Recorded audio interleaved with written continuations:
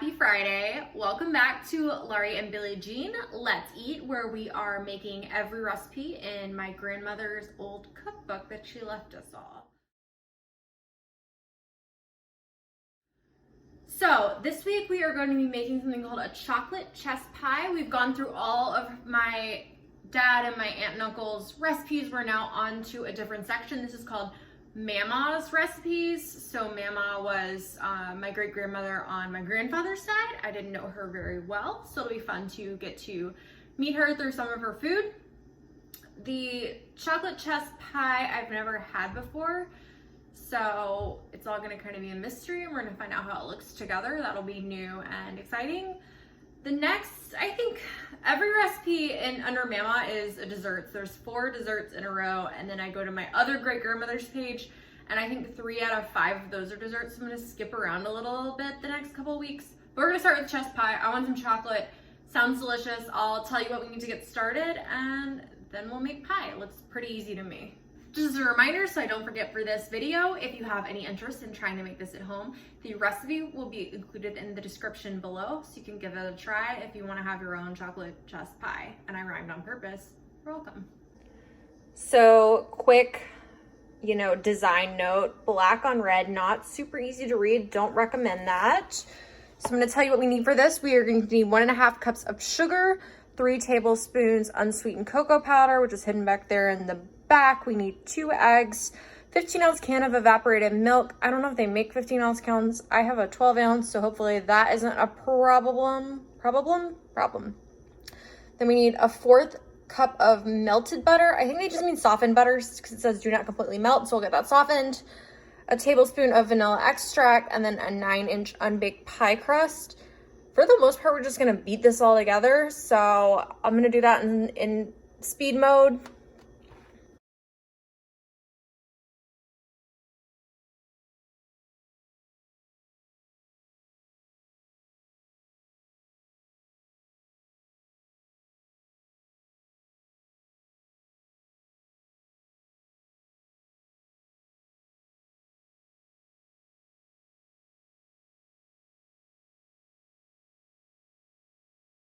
So I've got some bad news for me personally, not really for you because you're not doing what I'm doing, so it doesn't affect you.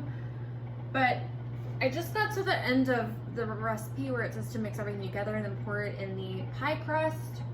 And I realized there were no instructions for what to do with the butter. So I'm a person who has baked a couple of times in my life. I'm pretty sure I was supposed to cream the butter with the sugar before anything else got mixed in. And that didn't happen, and I have a feeling that's going to be a huge problem. So I'm gonna add the butter now, but I don't know if I can undo the damage that has already been done because I've got a very soupy mixture at this point, and I don't know if the butter is gonna be able to save that because it's not already creamed together with the sugar. So as they would say on my favorite show, The Great British Bake Off, disaster.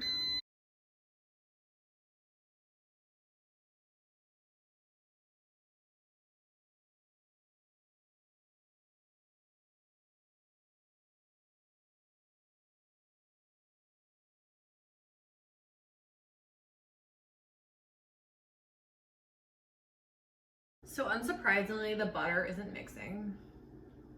Yikes. So what I think I'm gonna do, I have almost enough of everything.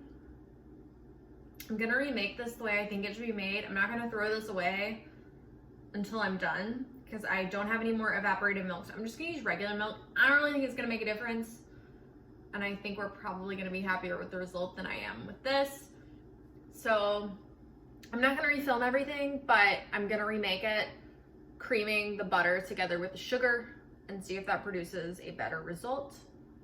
Be right back. So as you can see from our 2 different mixtures, I'm pretty sure we made the right decision by creaming the butter in with the sugar first. That's our first one, and this is our second one. So this recipe is so strange to me. I added the milk in and it's just super soupy. So the recipe does mention that until you let the pie cool, it'll have a jiggle. So that's right, I guess. But I actually cut the milk in half for this and it's still very soupy. Honestly, it looks more like the right kind of texture before I added the milk in, so I almost wish I would have added a little less. Oh well, we're doing our best here. So I guess I'm just gonna pour this into the pie crust. We set the oven to 350 and it's going to be in for 45 minutes. So we'll do that now and then it'll probably be a couple hours. I'll let it cool and we'll see how it tastes. Ooh, here we go. It's just gonna pour right in because it's basically soup, chocolate soup. Never seen anything like this. I don't know, like, I don't know, it just seems like it should have flour or something in it. I'm not gonna pretend I'm a master baker, but that's just my thought. Geez, and I mean, even cutting this milk in half, it's still almost full to the brim. I don't know, guys. I'm a little scared. There's our chocolate chess pie. It's going in the oven just like this. And I don't know what more I can say here, except I'm alarmed. So this is interesting and a little unexpected. I was told it would be jiggly, and it is in fact jiggly. So we're gonna leave that to cool, and then we'll see how it goes. Okay guys, it's been about a little over 24 hours since I first made this pie. So I had quite a few problems with it. Mostly it was still really soupy. I still think I'd cut back on the amount of milk I put in, which was probably like a little bit more than half of what was recommended. So I had a little bit yesterday, too soupy. So what I did was I went ahead and held off and put it in the oven again tonight. And I think that actually helped a lot, probably like 25 to 30 more minutes in the oven. It looks a lot more solid now than it did. And it's pretty good. 2 seconds and I'll give you a little preview. So here we are, we're in our Sunday night gear. Gonna have a little bite of my pie.